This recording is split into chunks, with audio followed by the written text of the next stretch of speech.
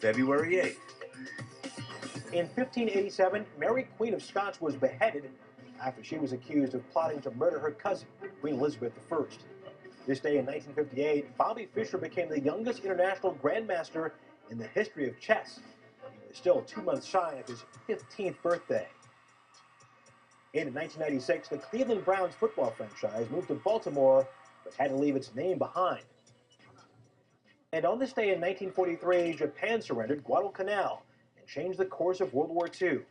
For 6 months, Allied forces relentlessly attacked the island. Badlands sickness claimed 25,000 Japanese soldiers. The remaining troops evacuated, leaving the Allies a vital airbase in the Pacific. And that's this day in history. This is Franciscan Media's Saint of the Day for February 8th. Today we celebrate St. Josephine Bakhita. Born to a wealthy Sudanese family in 1869, Josephine was kidnapped at age 9 by slave traders who gave her the name Bakhita, meaning lucky. Over the next decade, the girl was sold several times and forced to endure repeated humiliations and beatings. Eventually, a public servant bought Bakhita and turned her over to a family in Italy, where slavery was illegal. Employed as a nanny, Bakhita became acquainted with the Catholic faith as she accompanied her young charge to religious education classes.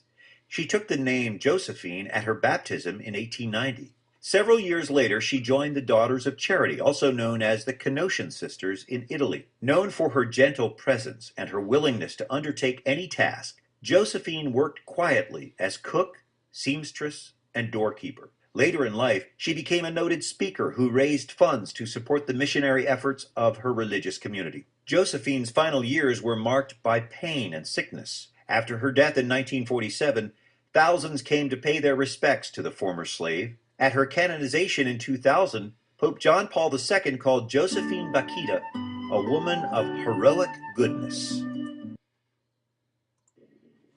In a reading from the Holy Gospel according to St. Mark. Jesus left that place and set out for the territory of Tyre. There he went into a house and did not want anyone to know he was there, but he could not pass unrecognized.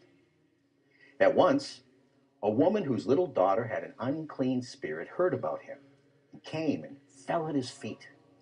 Now this woman was a Gentile, by birth a Syro-Phoenician, and she begged him to drive the devil out of her daughter.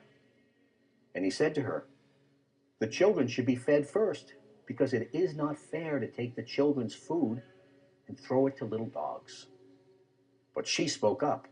"Ah, yes, sir," she replied. "But little dogs under the table eat the scraps from the children." And he said to her, "For saying this, you may go home happy. The devil has gone out of your daughter." So she went off home and found the child lying on the bed and the devil gone. The Gospel of the Lord.